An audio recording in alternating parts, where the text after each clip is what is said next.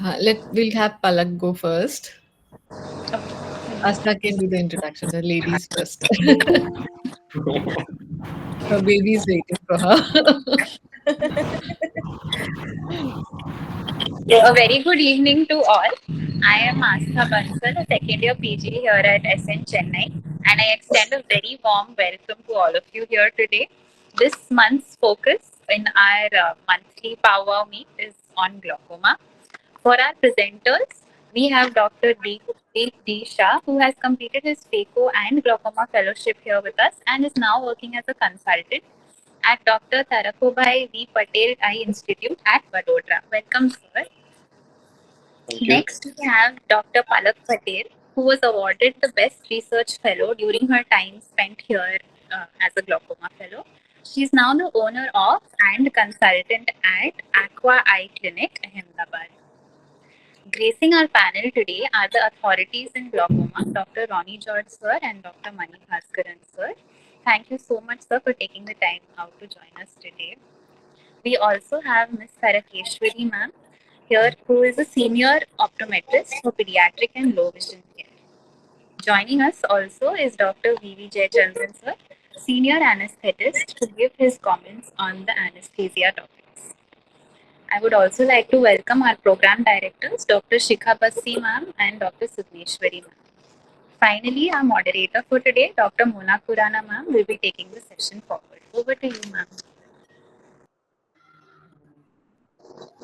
We can start with Dr. Palak ma'am's presentation.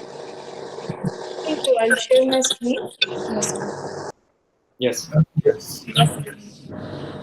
I'll be going ahead.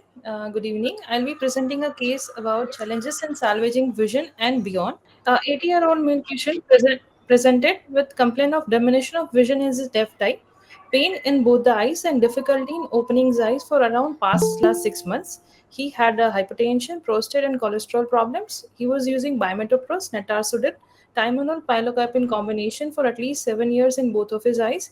He's allergic to topical carbonic anhydrous inhibitor, brimonidines, and he is intolerant to oral Diamox also. In the past history, patient underwent phacoemulsification combined with trabeculectomy in his right eye for around 9 years back. For left eye, first trabeculectomy was performed in 2018, followed by phacosurgery in 2019, and followed by second trabeculectomy in 2024. In slit lamp examination, visual acuity were at least NPL in the right eye and left eye counting finger up to 2 meters. Both the lids were very swollen and patient was in blepharospasm. Conjunctiva was congested with very low bleb. Cornea was showing mild haze with 360 degree of panache. AC was very shallow, pupillar erection was ill sustained, and lens was PCIL in both the eyes. This was the slit lamp photograph was taken when he, with great difficulty, was patient was not able to open his eyes at all. Both the lids were very much swollen, congested conjunctiva, hazy cornea, as you can see in the slit lamp photographs. The IOP was 40 in the right eye and 24 mmHg in the left eye by applanation. Gonioscopy was showing complete cynical closure in the both the eyes, complete cupping with around very advanced cupping in the left eye, and macula was showing very dull FR. Full dilated examination was not possible, so B scan was done for both the eyes, and retina was well attached in both the eyes. So our preliminary diagnosis was both high primary angle closure glaucoma in pseudophakia with failed trabeculectomy, with aqueous misdirection, and compromised ocular surface with multi-anti-glaucoma drops allergy. What can be done next at this stage? So at this point of time, I'd like to ask the panelists, like, what do you think? Seeing the condition of the eye, it's a very hot eye with a lot of ocular surface disease. I mean, it's a roller coaster ride to start with itself. So, what would you think, Well, Dr. RG? I think the challenge here is the patient is allergic to acetazolamide also, right? Yes, sir. Yes, sir. So, I mean, I would definitely consider a drug holiday, take off everything, start on a topical steroid, and if you have access to it, I would definitely consider doing a limited cyclodiode. because that has two reasons. One is 80 years old, allergic to acetazolamide. It will take at least a week, maybe 10 days to for this conjunctiva to become even slightly healthier. And if you're suspecting an aqueous misdirection, the diode does help with that too. And maybe keep on the cycloplegics, maybe start with hometropine and see whether you can switch to atropine or cyclopentalate later. Because going in such a hot eye to do any sort of glaucoma procedure other than a cyclorestrictive procedure is challenging. Sir, how would you go about cyclophotocoagulation? Because it is a seeing eye, so would you go for limited? See, this is I mean, don't forget now, this is a patient who on 5 drugs has pressures of 40 in one eye and 24 in the other eye. So the risk of pushing somebody like this into phthisis is minimal because the angles are also all completely closed. So even if you do your 180 degrees, don't be very aggressive. You do the 180 degrees, you might actually get them controlled on 1 or 2 preservative-free medications. And if you can break the aqueous misdirection, then that's, I mean, your problem is taken care of at least temporarily. If it doesn't really help you with complete control, then you have you had the time to give some steroid and then maybe consider something more definitive in terms of incisional surgery. So as Sir said, diode does take care of the aqueous misdirection part also by the micro ruptures in the ciliary process and the anterior hyaloid phase, which may take care of the process as well. So let's see what Palak did. I did something very different. I sent the patient to my retina colleague and both the cornea colleague. Retina colleague, as we have presumed, it is a aqueous misdirection. Advised to undergo, patient has to undergo vitrectomy with iridozonular hyalidovitrectomy under LA with due risk. Only after improving the ocular surface, as Sir said. We have started him on the home eye drops immediately. Topical cornea colleagues did the evaluation and started him on profuse lubricants with loteprednol drops 4 times in a day in a tapering manner. After a week, surface was bit healthier, not much, but bit healthier. So clearance was given. Patient delayed for the 6 weeks to undergo the surgery. They just was not about to decide about the surgeries, and they came back after 6 weeks. At that time, pressure, the vision dropped to only perception of light from counting finger, and we took a call to take the patient for the surgery. Now we found a surprise on table. While patient is very elderly, undergoing the procedure 4th time in eye, during procedure, when vitrectomy and iridectomy step got over, patient vomited. The entire material coated the eye. So the surgeon abruptly closed the port. The thorough betadine wash was given for the eye, for the face. Injectable cefixime was given stately in that time on in the operative table only. Post-operatively, immediately around 4 to 6 hours later, opened up the patch. Very close monitoring we were doing for that eye. Kept the patient on topical and oral antibiotic cover of both the things. This was the One second. yeah, I sure. requested Dr. VVJ to also join us so that he can give the comments based on what to do when such a thing happens and why would this happen and how to avoid this situation. So he agreed to give his comments on a very short notice. So I'd request Dr. VVJ to just give his comments. Very good. Am I audible? Uh, Faintly, sir. Yeah. So, in this case, the vomiting is mainly due to the raised intraocular pressure. I think most of the ophthalmologists will agree with this. No, the main cause is raised IOP. So, the preventive factors is, was the patient obese? What was the weight of the patient? Sir, patient We- was around 70 kg in the weight. Not very Okay. obese. Okay. So maybe the history of any hiatus hernia, other factors I'm talking about for vomiting. Positional factors, especially reverse Trendelenburg position, and take care of nice pain man. Was the patient complaining of any distress or pain during surgery? No, actually, sir, patient was not complaining of any distress or pain, but patient in after asking the history, patient said that he was facing some GI disturbance, and I don't know if because of worry or something for past 1 year. So any muscle handling was done? Sorry, sir. Muscle hand, muscle No, handling. Muscle, none, none. Only two. No, no. Only 2 part vitrectomy. Nothing else. okay, okay. So the reasons my this thing is patient take care of the nice patient position Hmm. and then take care of that nice pain, analgesia. Opioid Hmm. itself can cause the opioid itself. Any fentanyl, anything has been given, any Nothing, morphine, sir. any No. fentanyl. Nothing. No, sir. Okay. Nothing. So because sometimes no, some of the patient, as you said, the patient gives history of allergic to diamox and those kind of things, no. So these Hmm. patients sometimes very rarely they might be allergic to analgesics IV also. Fentanyl itself per se can cause severe nausea also and vomiting. Okay. Okay. Very rarely, some patients know allergic to egg lecithin. So sometimes anesthetist might give some propofol. That also can cause vomiting. So these are all some of the vomiting apart from this raised IOP, which I thought I will stress here upon. Then Understood. patients. Then I think you must be knowing about this ocular emetic reflex. You might have heard of that one. No, ocular emetic reflex. That is quite common in squint surgery. So in those cases, you should adequately block the patient with regional anesthesia, nice block. Make the patient comfortable. As you said, anxiety, pain, this is the main cause, most likely for this patients to vomit on the table. Thank you, sir. Thank you for your input. Shall I go ahead?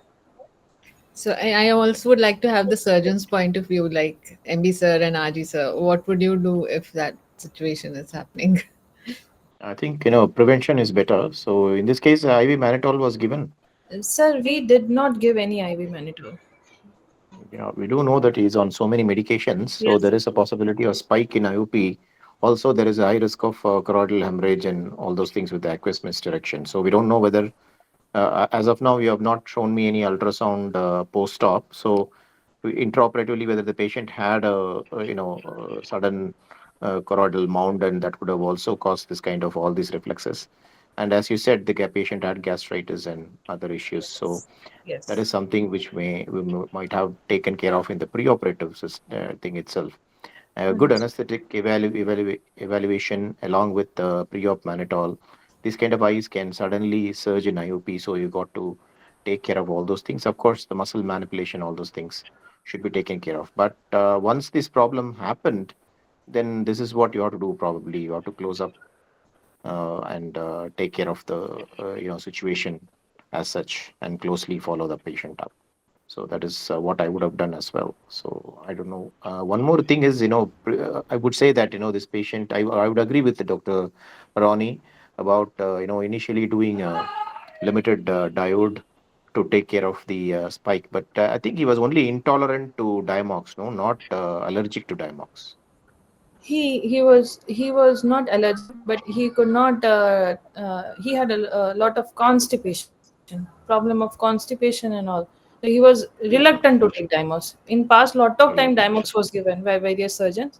So he straight away said, "I will not take this."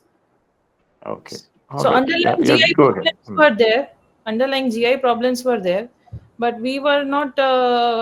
We just miscalculated how far the GI problem could go intraoperatively. Okay, all right. So Yeah. So Dr. apart Sudhir, from that, yeah, apart yes. from the same thing which the surgeon has done, I don't think we could have done anything specific apart from the preoperative precautions. So Dr. Subneshwari, your point of view from the VR perspective, Yeah. like eye So has got contaminated and the port yeah, is open. The yeah. So technique. so actually, when the one thing is in the vitrectomy port, nothing really happens because these are valved cannulas. So they can only it will only go through the light pipe or anything which we are using. So anything cannot be forced inside. So when you are, because nowadays what is available is all valved cannulas. Non-valved cannulas people are not using, but when we use multiple times, these valve mechanisms can cause failure. What I would like to know is this a 25 or a 23? What was the surgeon using, which gauge vitrectomy? 25 gauge, ma'am. So 25 gauge. 25, these Yes. particles are very unlikely that it will go inside. So one actually need not be worried if they are using a valve system. So I don't think should be a cause of concern. But the good thing was like to do a betadine wash. That is something acceptable which people can use. And I don't think additional mechanisms are required when we are using valve cannulas. Okay, ma'am. So Okay. I just like to say a couple of things. One is it's unlikely to be IOP related because the moment you put your ports in, you're controlling the pressure. Your pressure is calibrated to 20 or 30 or whatever. And if there was a choroidal mount, the VR surgeon should have seen it. My concern is two other things. I've been just thinking about the case, and the patient has been on pilocarpine for a long time. Yes. So I wonder whether this is primarily an aqueous misdirection or it's just that the 17 years of pilocarpine has pulled the lens forward. Because the zonules also may have got a little looser with time and the angles have just zipped up. So that's one thing. The second thing is when somebody vomits like this, it's very important to keep them on the side because they can aspirate otherwise. So I'm sure that was done, but let's Yes. see. Turn the face. Face turn. Yeah, just turn them Face to one turn. side. So yeah, so that they can. Face turn. Immediate face turn was done. We did. Yeah. So, but otherwise, yeah, it's a challenging situation to deal with. The patient Actually, didn't sir, have a PI in place. Huh? The surgical PI sorry. wasn't visible. Was the surgical PI visible pre-op?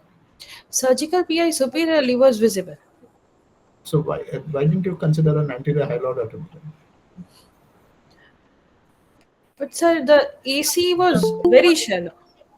Yeah, but what happens is since you're going through the PI, your anterior hyaloid is actually not in contact with the cornea. It's not like doing an iridectomy.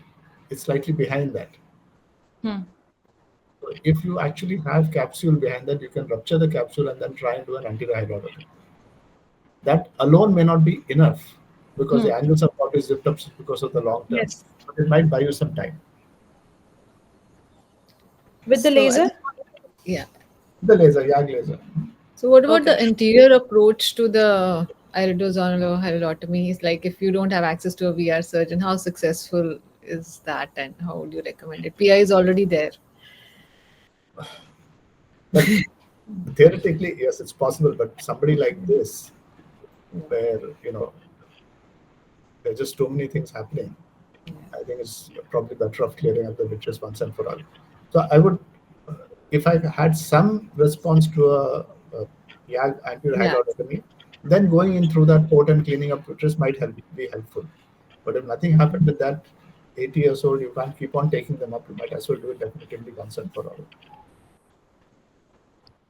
And plus, the vitreous base also is not excised in the interior approach, so it can the recurrence rate is pretty high in these cases, about 45 to more than that percent. So, a posterior approach is definitely preferred. Okay, so I think you can continue, Palak.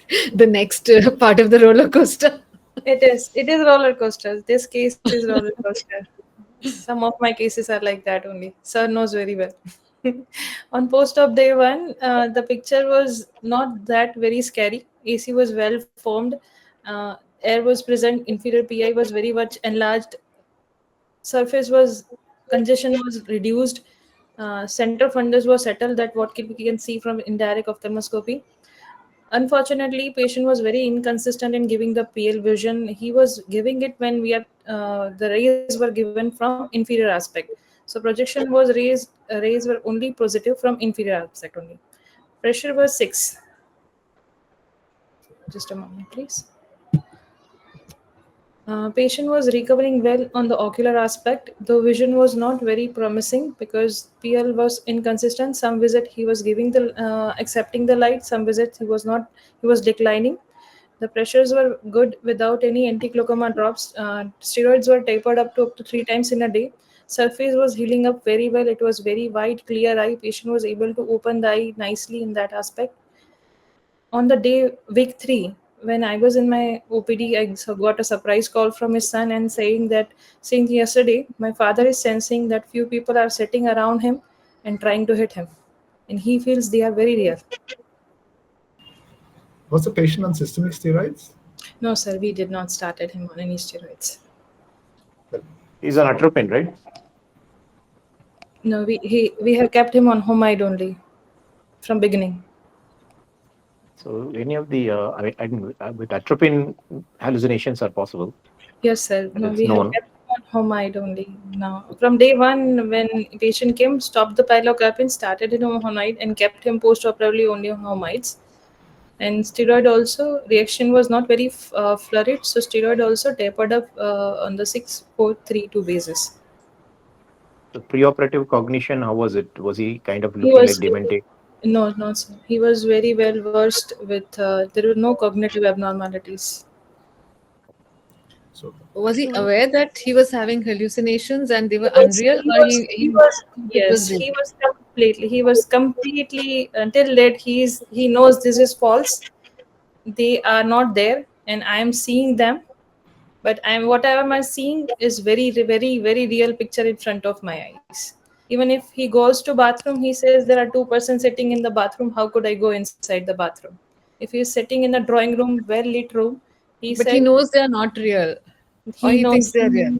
he knows this is not real, but he knows the way it is getting projected. He knows it is not real, but he has the awareness.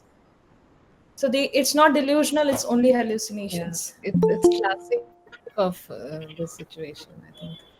so So, Palak, I would just like to know, like the patient, like a post surgery, these kind of hallucinations can occur in severe stress. Like when you have patients who are like absolutely, with no vision, or who had very less vision and suddenly they tend to lose vision completely. They are under Yes. severe stress and they go through these hallucinations.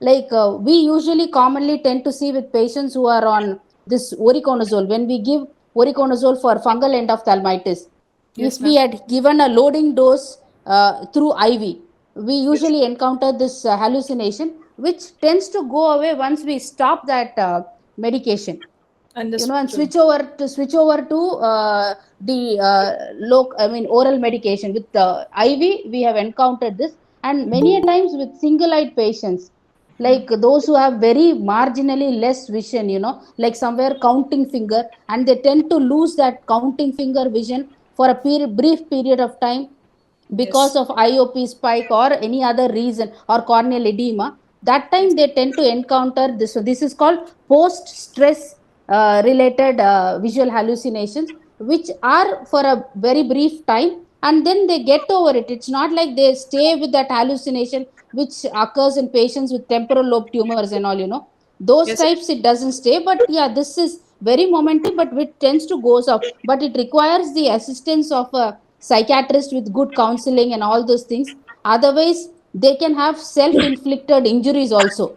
Yes, ma'am. Post these hallucinations, they tend to encounter. But Yes. it would be interesting to know. I mean, how did your patient get over this hallucination? Sugneshwari, Yeah, this yes, could ma'am. also be a classic description of Charles Bonnet syndrome. Mm, Here, the patient is having recurrent hallucinations. It's always some people, it's a complex hallucination, right? It's the same thing again and again he's talking about. He's aware that those people are not there. And it's basically in glaucoma patients, I think around 7% of the patients they face this, and age-related macular degeneration usually patients have this problem. So I think it's sounding more like Charles Bonnet syndrome than the stress-related thing. So, what do you think, Palak? What was your Yes. Yes, ma'am. My primary diagnosis was the same. The same. The description was given to me by call, and I could correlate it with the Charles Bonnet syndrome. I proceeded in that manner only with my retina colleague, and as we took a help of psychiatrist also. I'll just brief few words about the Charles Bonnet. That this condition some people get when they loses all or some of their vision, and it causes them to have a visual hallucination. This phenomena was first actually described in 1760 by a Swiss philosopher Charles Bonnet, whose grandfather have this problem because of the cataract in both the eyes. And this is a kind of a release phenomena due to deafferentation of cerebral cortex with the visual association area, and it gives the phantom vision, just like a phantom limb pen. It a phantom vision, and the without visual data coming to the from eye to the brain fills the void and makes up the image, or it recalls the store image for you to see. And patient have the hallucination whenever they are awake, alert and conscious.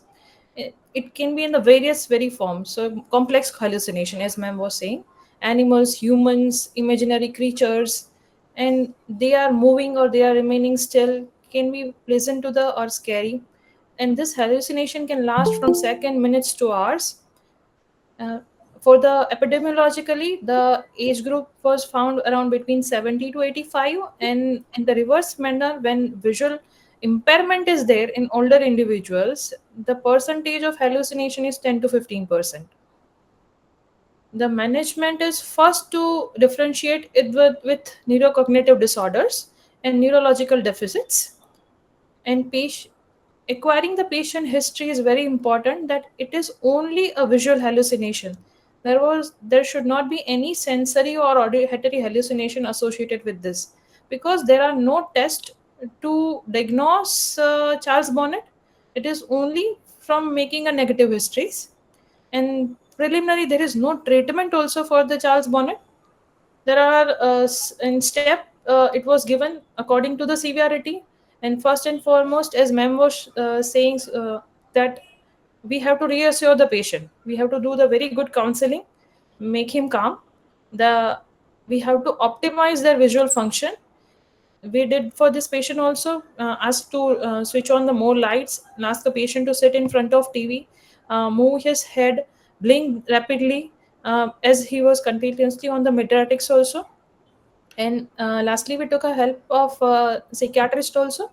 uh, Both two group of drugs are found to be effective. One is antipsychotic and one is antidepressant.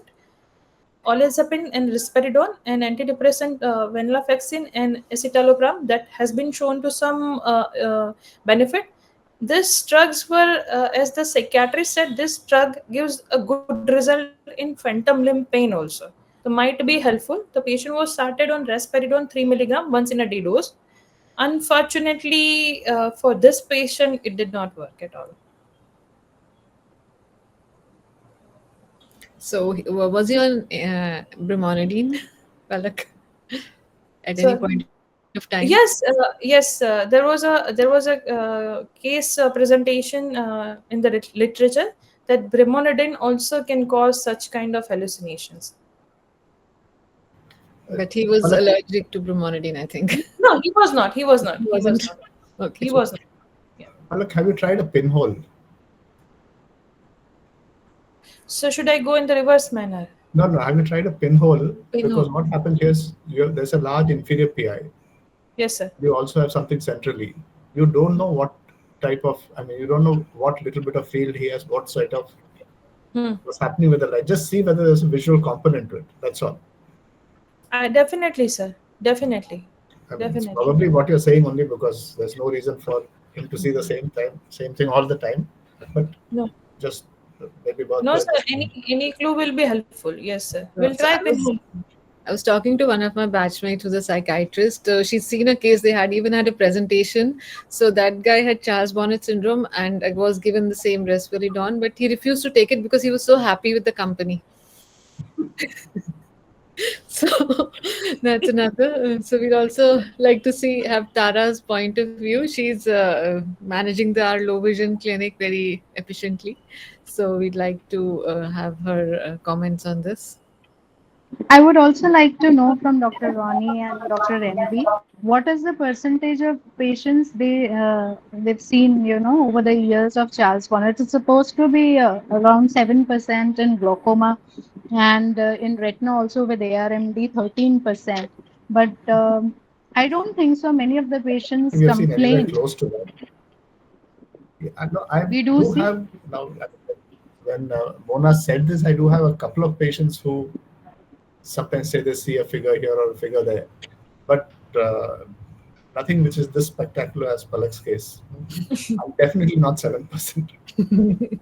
So there was a study where they said that we don't ask and patients are reluctant to tell also. Once we don't ask, like I never ask, and patients are also reluctant because they may be they think that they may be thought of as unsound. And in one that study what ma'am is quoting, where the patients were asked, they were so relieved that somebody shared it. They could share it with somebody.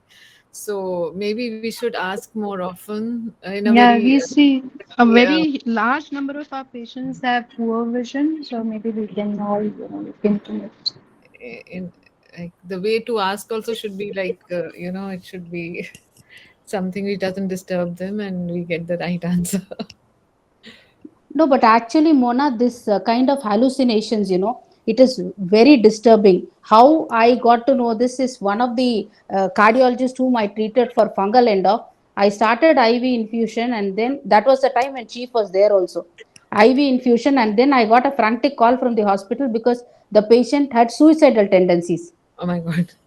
See, that was quite a frightening thing post child. This is not something which the patient will not tell you. It won't be such subtle. It will be too much that it will be horrifying for them. When you see patients with visual hallucinations, it is not at all easy to handle. So that is something, that is what, when they have hallucination, it's very frightening, and to counsel them also it's very difficult. It's just not easy from an ophthalmologist point of view to counsel at all. They should have very detailed sessions, because I've gone through this with the that's what I was telling, when cardiologist went through this, it was quite difficult. Almost first 4 days was totally challenging for us.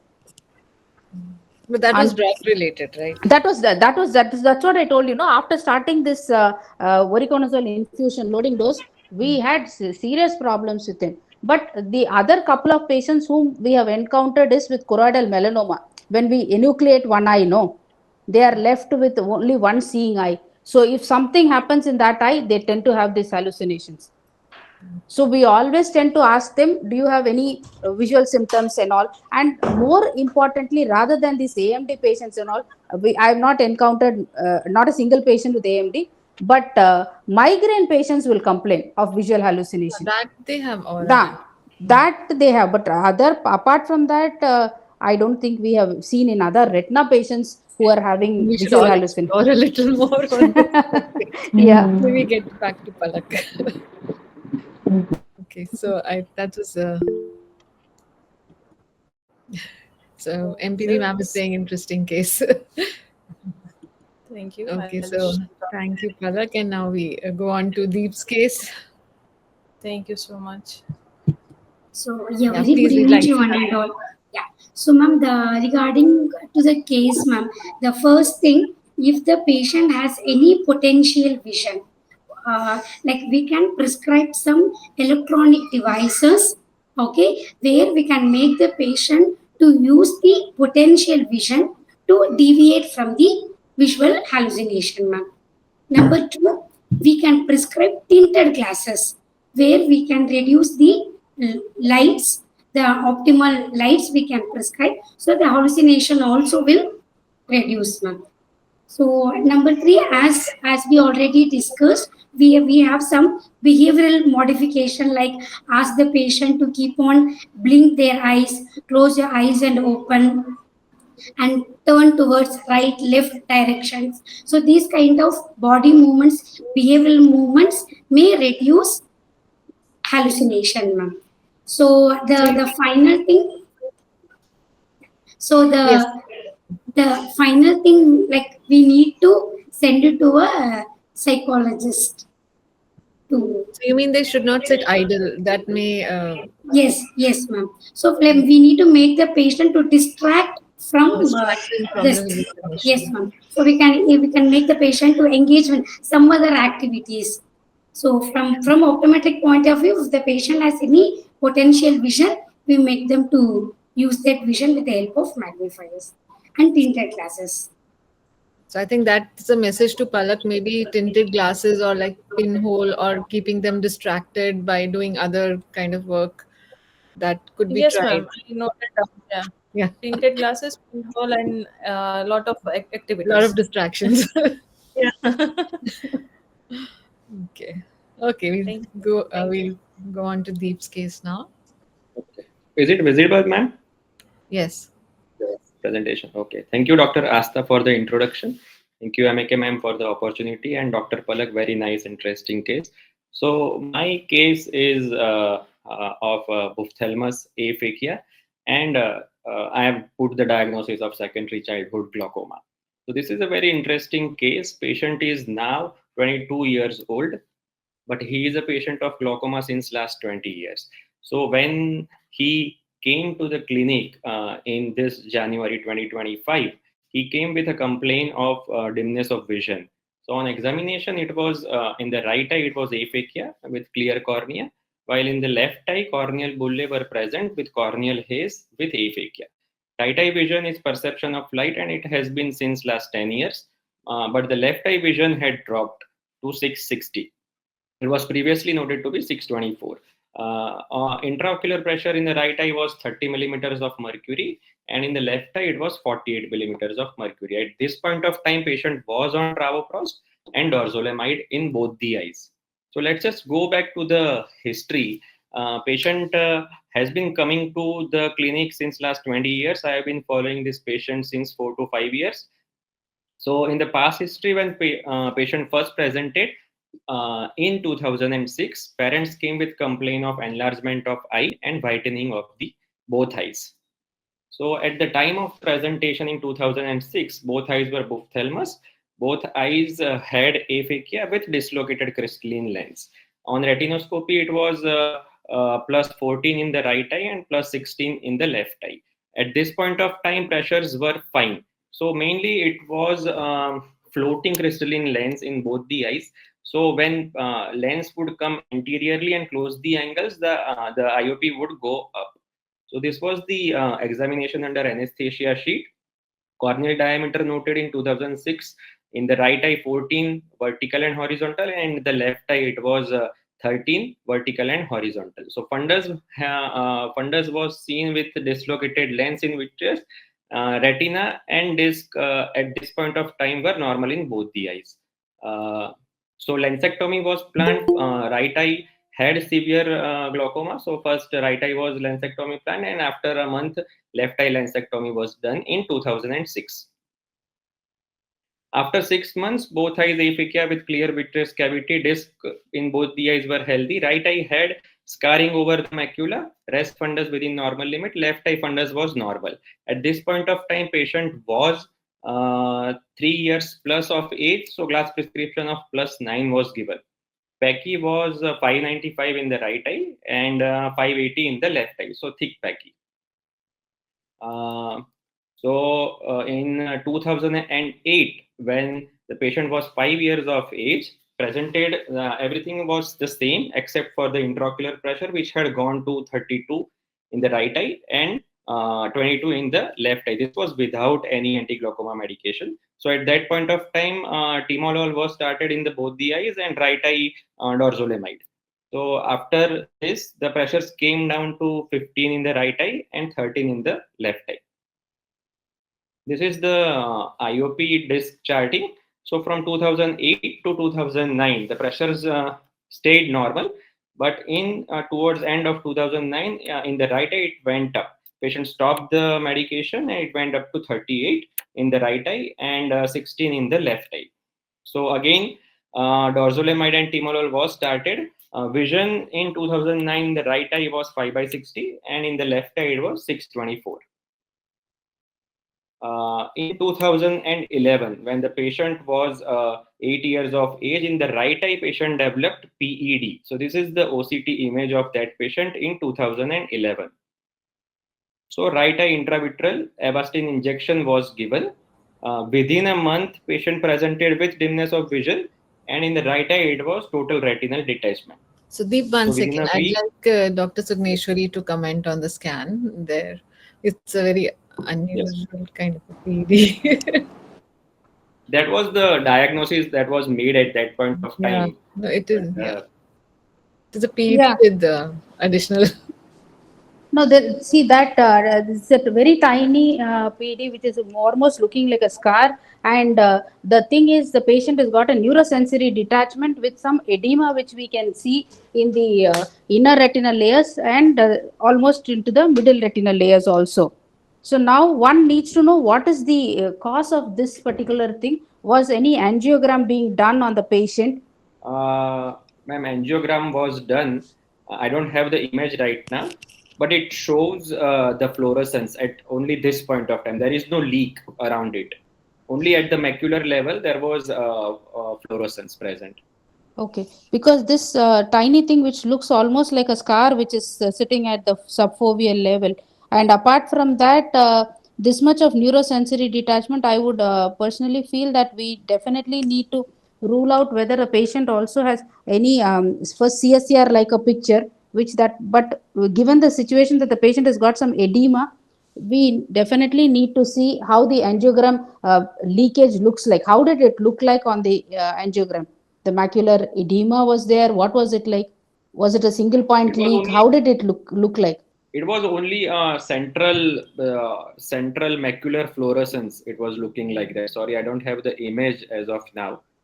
Uh, but definitely it was only in this area where there was fluorescence, nothing surrounding it, not in the rest of the retina. So you mean to say there is a tiny, it's like an ink blot pattern of fluorescence is what were you seeing? And was Yes, it, only in the uh, center, ma'am. That central foveal, that what we see in the detachment here, it was in the center only. There was fluorescence. and did it increase that over the period as the angiogram kept progressing? It increased in intensity, not in the size.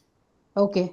So that's what. So most likely we would personally feel that it probably was a central serous chorioretinopathy which was there.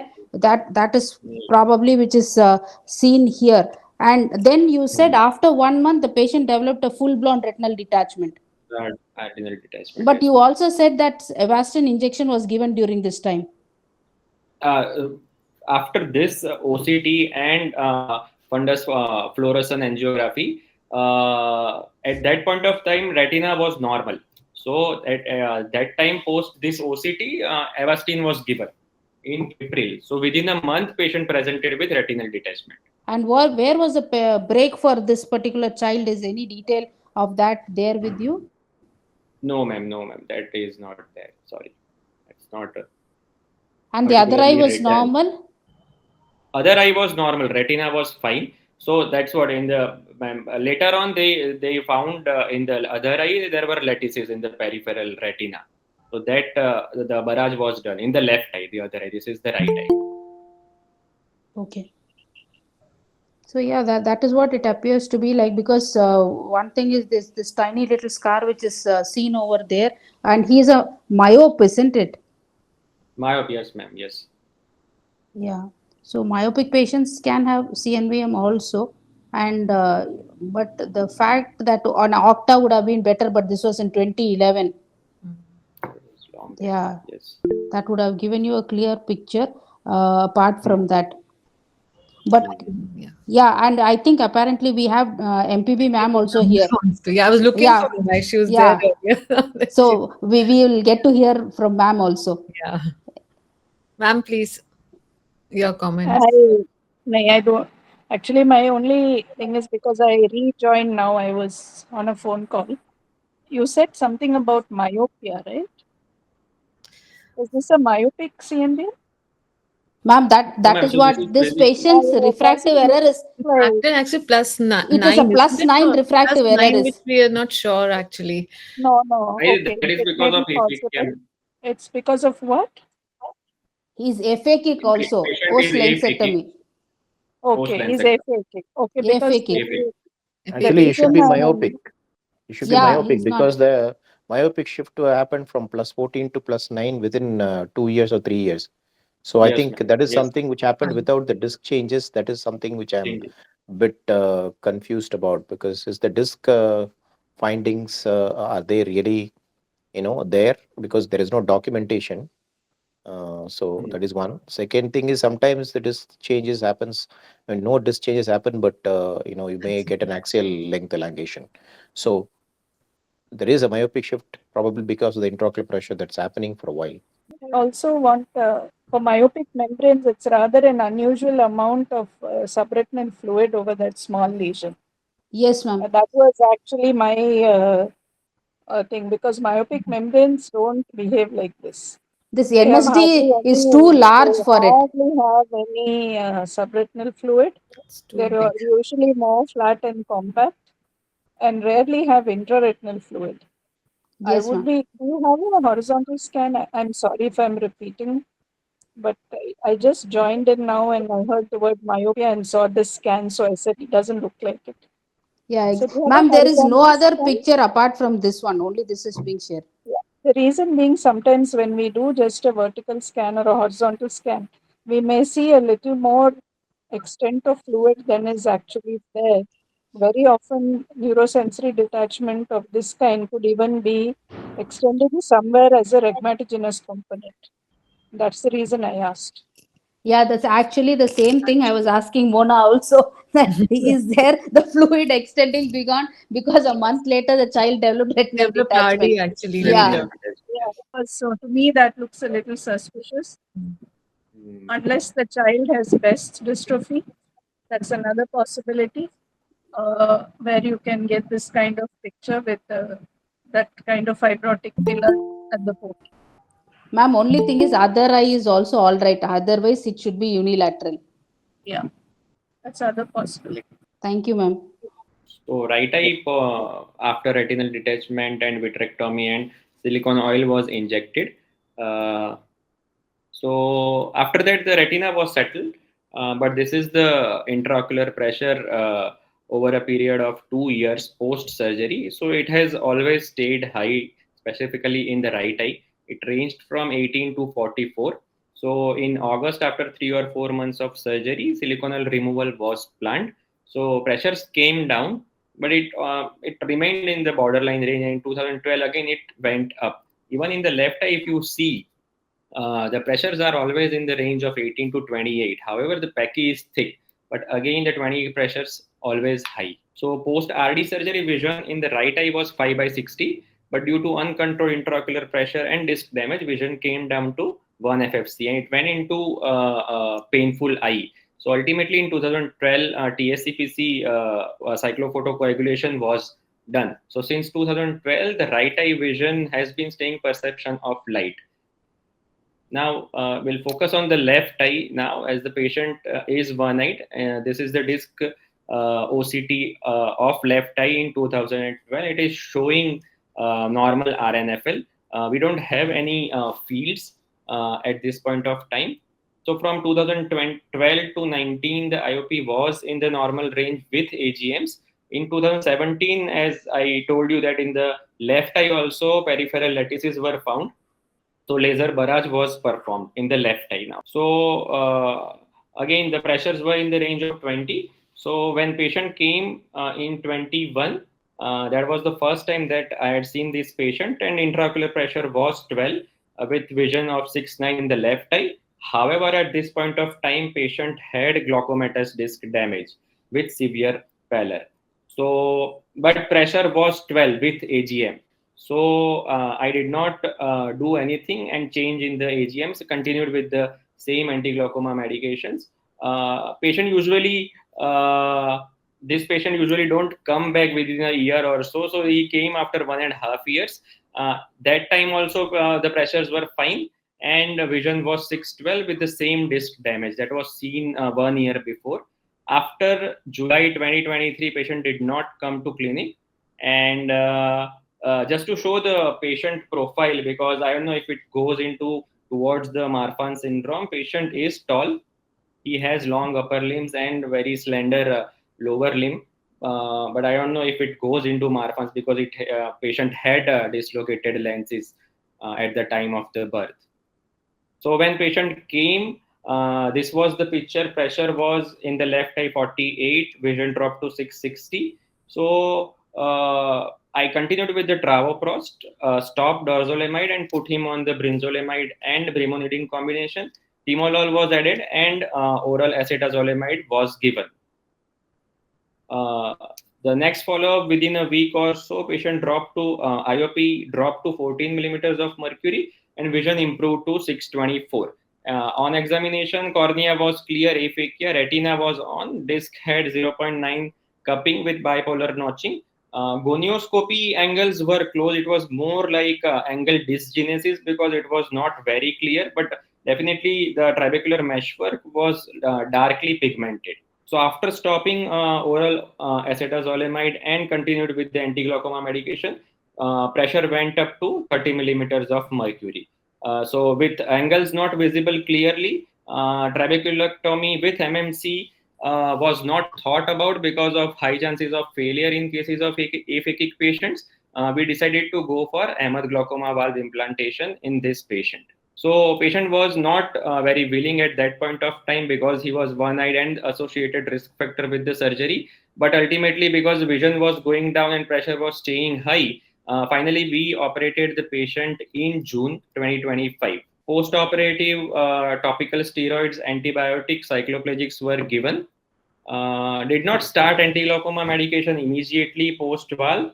Intraocular pressure came down to 12 millimeters of mercury in the first follow-up.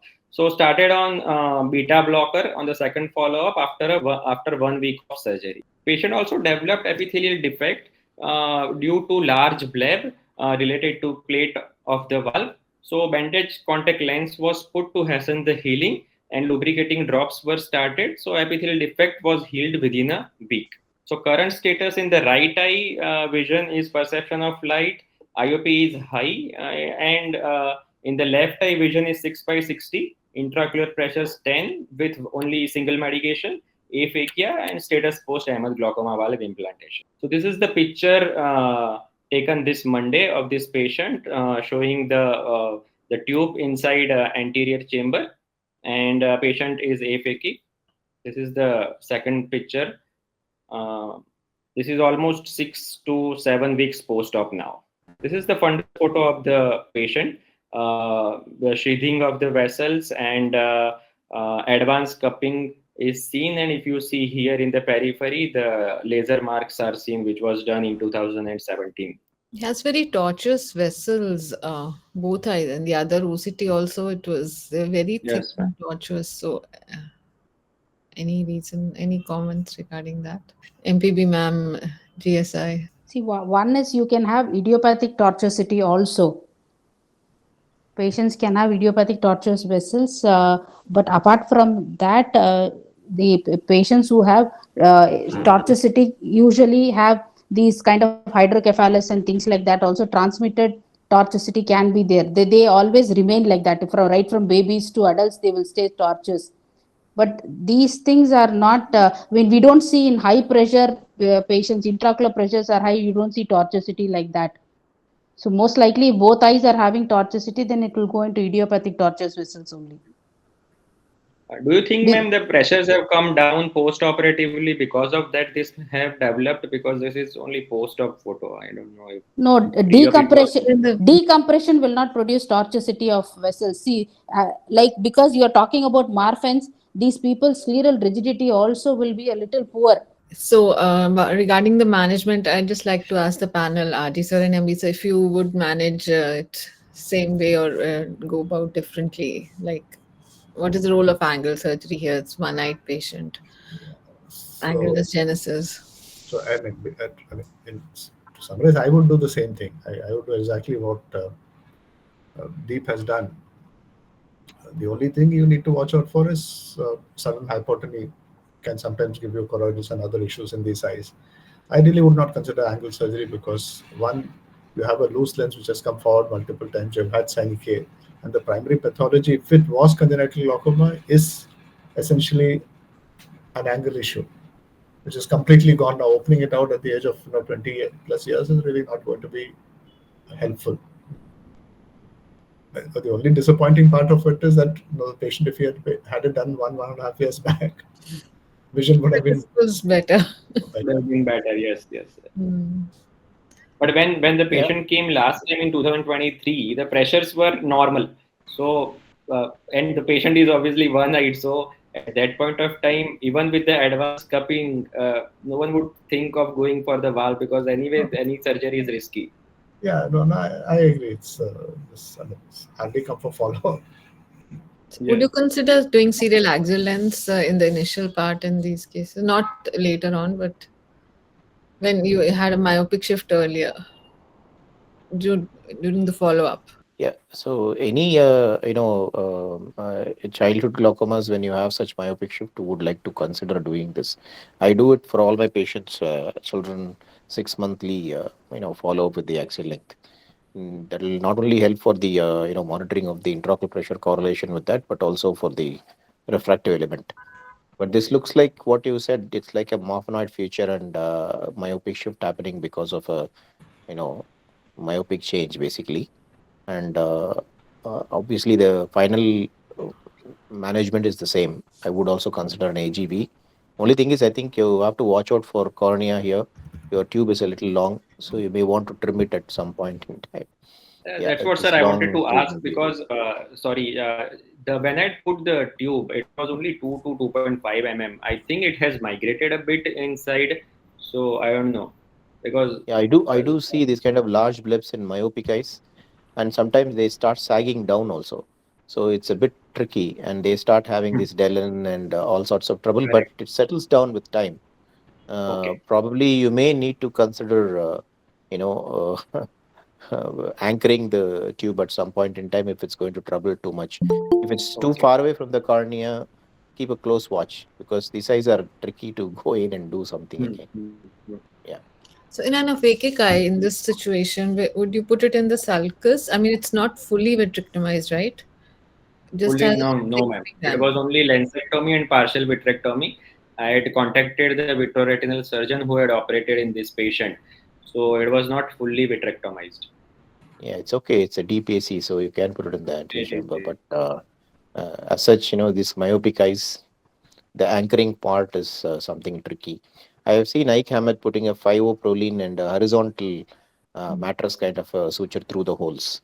So those kind of things helps in these eyes instead of just doing a 9O suturing at the holes. So Okay, 5O, not proline, ethylon. Yeah, they use a ethylon and take a horizontal mattress horizontal. through the hole, So and this then tie it. So patient, it sir, anchors nicely. okay. This patient also had used 5-ethylone only, sir. But Yeah, it's very thick, so it is very Yeah. difficult to pass it through the sclera. Yeah. And that is true. Myope also, so that is another concern. Thin One of slab. the issues with the horizontal 50, when you put it and you tighten it, you actually Cut. cause the yes, you cause one is cheese firing. Second, otherwise, if you don't cheese fire it, you actually cause the sclera to get a little folded. fold Oh, it. It's a soft ice, right? soft eye. So Okay, because of yes. Yeah, that, yeah. you But have that's one consideration if your sclera is not that fragile. So that is one thing which will anchor it better. But definitely there is migration, so you got to keep a watch. So would you have Yes. tied this tube a bit because there's a low scleral rigidity and muffins? Like, despite being a AGV, would you consider tying it with some Vicryl just to be safe? your base IOPs were 40. So, okay. I would Not. prefer not to do that. So as long as I'm fairly sure I've not induced acute hypotony on table, one option is to use an AC maintainer during surgery to just try and That avoid is any fluctuations happening and leave some viscoelastic in the eye. correct. So in this particular surgery, as soon as I entered with the tube inside, it went into hypotony because the aqueous started flowing out. So I had to inject viscoelastic in this eye for so many times because Yeah. the tube started working. So usually, I mean, these eyes what we tend to do is put viscoelastic at the beginning itself Hmm. before I put in the tube. Sir, that's what I also did, but this is aphakic guy, so the viscoelastic went behind. Behind. So I was not very sure of putting more viscoelastic. Yeah. So that's how the AC maintainer helps. So I put in an AC AC maintainer would maintainer, have helped. That keep was the bottle height that down. I I went. think Dr. Mona, Dr. Ping MPB. has a question. Yes, ma'am. Please go ahead. MPB, ma'am, you can. AC maintainer for sure. Even from retina side, I'm saying Yeah. because infusion cannula is risky, so AC maintainer is better. And would you have a hypertensive phase in this? Is it more common in these type of young Yeah, I mean, eyes? so generally one is young eye, second is very high pressures. So when your starting pressures are high, hypertensive phases do tend to occur a little bit more commonly. And from what Deep said, large bleb causing an epithelial defect, and those are the eyes which actually land up with a very, you land up with encystment and everything else. So I recently heard some people say that they give Avastin intracameral to prevent hypertensive phase. I don't know See, how it works. Avastin only prevents Most of, vascularization. yeah. I mean, it targets anti-VEGF. It does not really target the other inflammatory markers. What you have over here is essentially fibrosis. So, if you want to give very, um, you know, plate antimetabolites, it might make sense. But even that's not something I would do. And if when it's required, you do it. I would not give it for benefit. Not empirically, right? I don't think so. It's just, I I don't think agree. there's any evidence to help them. Sir, what would you use to suture the plates? Which suture do you usually use I'm still for using 90 ethylene, 90 nylon. But in an eye nylon? like this, I might put instead of 2, I might put in 3 or 4. What about proline, sir? Some recommend, they say that proline fixes it, You can fix it any which way. like As long as avoids the movement and the related so complications. one of the things is when you fix the plate, if you fix the plate with both your sutures angled in opposite directions. So one which is temporal, angled more temporally, the one which is nasal, angled more nasally instead of straight. Then you essentially are keeping the tube anchored on both sides, so the side-to-side movement doesn't happen. And if the side-to-side movement doesn't happen, you don't get that much anterior posterior also. So if you are actually worried about migration, you do this and you can maybe put in one more suture centrally to anchor it. So sometimes that's what I do, side to side and one mattress in the middle to just prevent it from moving. But this conjunctiva would have been reasonably all right, right? Have you, sir, have you ever seen that in ophthalmic eye it is difficult to push the plate behind? Because that's what troubling in this case. Like I was not able to push the plate much behind. So I think that's partly because of the shape of the eye. So these eyes sometimes, actually, there was a paper sometime back which did an MRI of myopic eyes. And you'll be surprised to see what the equator looks like in these eyes. It's bulged out here, it's bulged out there. It's really, really odd. So what's happening is just because of that curvature, it can be difficult. And because the scleral rigidity is low, you don't even get, you tend to be pushing into the sclera instead of over it. To go over it, correct. Actually, I tend to get the opposite thing. Usually, you will be able to keep it behind, but what happens is because these are myopic eyes, and also the when you're putting the speculum, there is a kind of a vacuum suction kind of thing happens, and sometimes they get far behind. So anchoring becomes a bit tough. So I usually initially take through the whole I initially take pre-placed. bite first pre-placed and then put the tube inside. I mean plate inside. So it can get lost behind. You need a very good assistant also in these Yeah. cases. It becomes a big messy. Yes, actually, I had one case yesterday, so it became really inflammatory. So I had to use post-operatively some anti-inflammatory to control the amount of inflammation that happens when manipulating. So usually it gets sucked in. So you need to be exposure should be very good in these cases. Did you use superior rectus or did you use a traction suture deep? I use traction suture, sir. So that usually makes it more helpful. Exposure is better.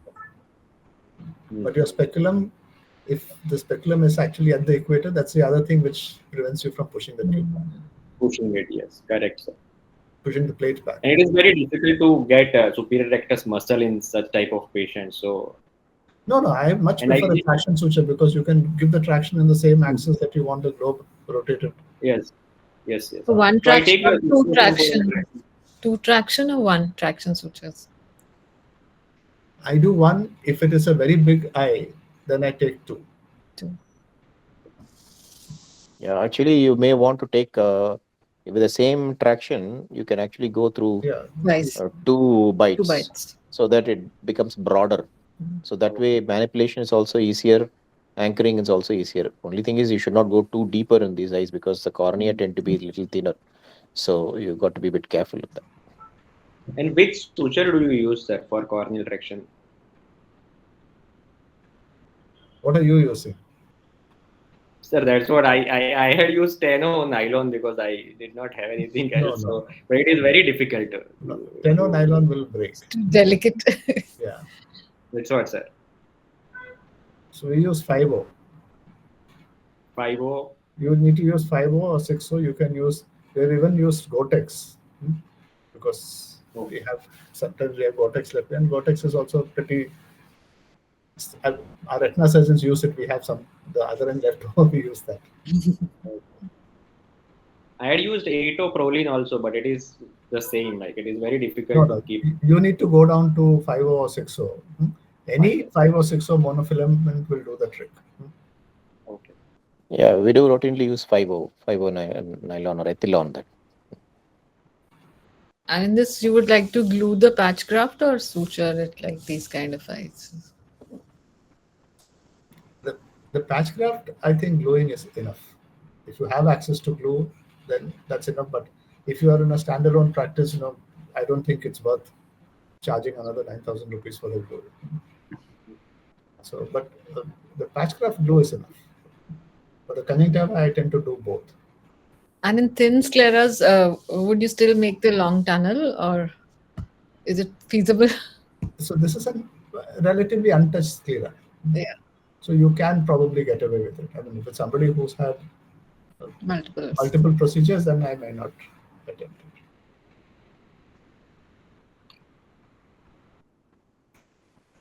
So how common is this exposure of these implants, sir? Well, what's described is up to 3 to 7%, and again, it depends on how badly inflamed the eye is to start, how many procedures the patient has had, all sorts of issues. It's basically the interaction between the tube and the eyelid. So you have to take really good care of the surface because once it happens, there's a very high chance that you'll need to take out the tube. So if your tube is exposed, you might still get away with it. If your plate is exposed, the chances that you'll be able to salvage it is, I don't know, maybe 20%. Thank you, sir. So I'd like to ask. Yes. Go ahead. Would you use sclera or have you ever used cornea also? Which one is better? We are using only cornea, and almost only cornea. Partial thickness cornea, deepitalized is what I prefer now because it doesn't really melt. Okay. Okay, so I think it's finally I'd like to ask Tara about this patient to give the final comments. He's 660, one-eyed, young, and advanced field loss, obviously, because of seeing the disc. So what would you suggest for this patient? And then I think we should. Ma'am, for a sexist, ma'am, what is this near vision, ma'am? Deep, what Near vision? Sorry, ma'am, that I have not checked, ma'am. And I don't know, ma'am. Okay, so actually, basically, low vision devices are mostly for near only. So for a distance, when considering the 660 vision with constricted field, okay, we assume the near vision is the patient can able to read N6 with the devices, but still they may have difficulty to read a continuous text because of the constricted fields. So we can prescribe along with low vision devices, we need to prescribe non-optical devices such as typoscopes. Okay, what are typoscopes? Currently, I don't have a picture of that. So it's basically a black color card with lines of gaps. Okay, where we can place that non-optical device on the reading material, so the patient can able to see only that particular line by line they can. Or else we can ask the patient to have a wooden ruler where they can uh, uh, like no abstract the other lines, like whatever line the patient wants to read, so they can read that particular line continuously. And also we can have the patient to have a finger, so finger tracking for a better continuous reading purpose. Okay, now there are so many latest advanced technologies have been come with AI technologies. Patient may can use of that for a comfortable reading. And for mobility also, we have a new device called ara vision, where it can help patient for the constricted field, like peripheral constriction field, like a tunnel vision patient with glaucoma, so they can wear those devices so they can see the better field of view. So that is not it in market now. Currently they have launched the project for the hospital purpose only. So we have it in our Nethralaya and low vision clinic. We have the devices. We just showing to patients for the constricted field to see how the patient's field of vision is improving with the devices. Okay. So thank you so much, Tara, and I'd like to thank Palak and Deep for sharing their experiences with us. I'd like to thank Adi sir and MB sir for their excellent comments. Dr. VVJ for his last moment comments and for being here with us, and MPB ma'am, Dr. GSI, and Dr. Shikha, and all the audience for being here with us today. And this will, of course, be available online, and we also look forward to you joining us for the next powwow.